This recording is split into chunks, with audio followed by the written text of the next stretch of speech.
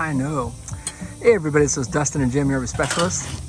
And so Jim's starting to mount the, I don't know what we call it a pumpkin or apparatus. I mean, I call it both. Well, it's in the place of an equalizer. Yeah. So equalizer housing? Equalizer. Equalizer housing, maybe? So I just wanted to capture, Jim is using vice grips to hold this thing in place after he's already mounted the center bolt, and he's using a special sized drill bit to go ahead and drill through the thing, and then he's done a pre-hold prior to it.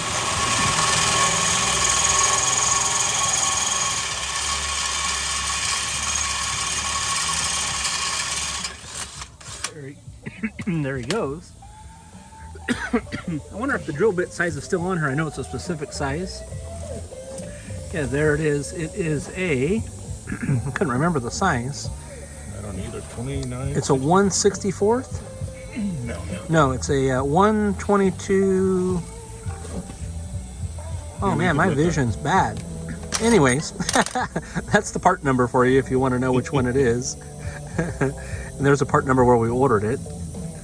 Oh, it's going to be worn off of the drill bit there.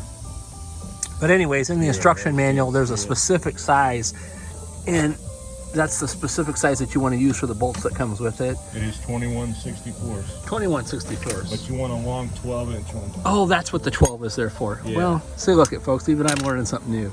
I'm the one that ordered it. So it's a 12-inch by 21 by 64 drill bit, and he used this one as a pilot first to go through it, and then mounted it, and then that's what it'll look like when we're all said and done over there.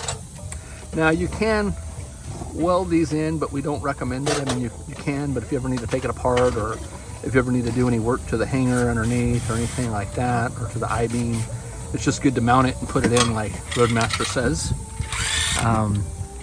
You can see the different guns and tools that Jim's using. We use a lot of DeWalt products here. Here's Snap-on, baby, Snap-on. Oh, and Snap-on. Well, you know, but the average person's not going to go and buy the nice Snap-on stuff like we do. So some of us use a lot of DeWalt stuff. But here's again.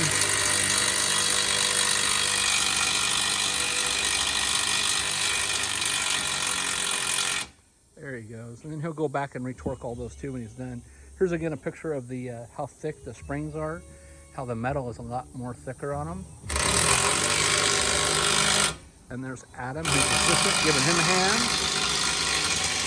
And again, all the old stuff that we got back here to show you. So this is, I guess you'd say part 2 of the video, or part 3, I'm not sure, but the guys are gonna finish putting that in, and then I'll come back and capture some more.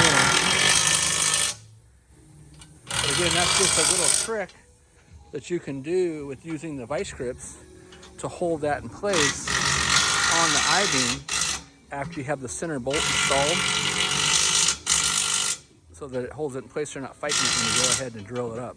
So that's going to get 4 bolts, 1 on each side.